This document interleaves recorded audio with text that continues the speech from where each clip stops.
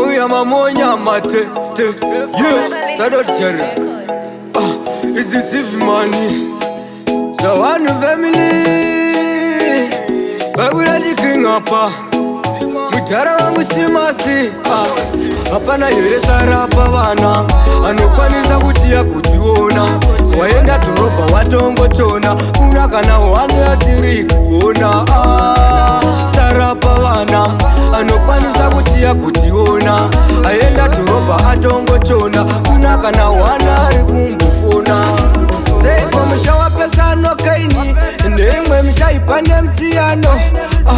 Mimi wana kono Gatiise musoro pangwe chete Saka wana babana na tete Gatiise wa musoro pangwe chete Mushauri kuhuso mungwe chete Chikabusati nopera tese Hapana yere sarapa wana Anokwanisa kutia kutiona Waenda toropa watongo chona Hakuna kana wana arikumbufona Sarapa wana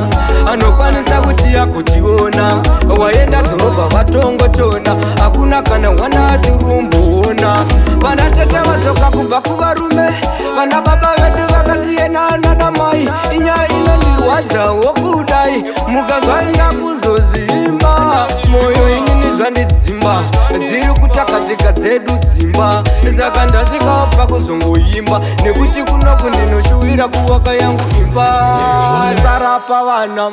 Anokwanisa kutia kutiona Waenda dhorobha watongo chona Hakuna kana wana atirumbuona Sarapa vana Anokwanisa kutia kutiona Waenda dhorobha watongo chona Hakuna kana wana atirumbuona Seiko mshawa pesa no kaini Ndemwe ishaipa nemsiano Vana baba na tete Tarira itapera na gono Saka vana baba na tete Ngatiise musoro pangwe chete Mushauri kuruso mumwe chete Tikapusa tinopera tese Hapana yere sarapa vana Anokwanisa kutia kutiona Waenda dhorobha watongo chona Hakuna kana wana atirumbuona Sarapa vana Anokwanisa kutia kutiona Waenda dhorobha watongo chona Hakuna kana wana atirumbuona Saka ini ndazvibvunza Akana paine pakazongo tatswa Pafeya imimi motiudza Pane kuronga kuda kutangoti paradza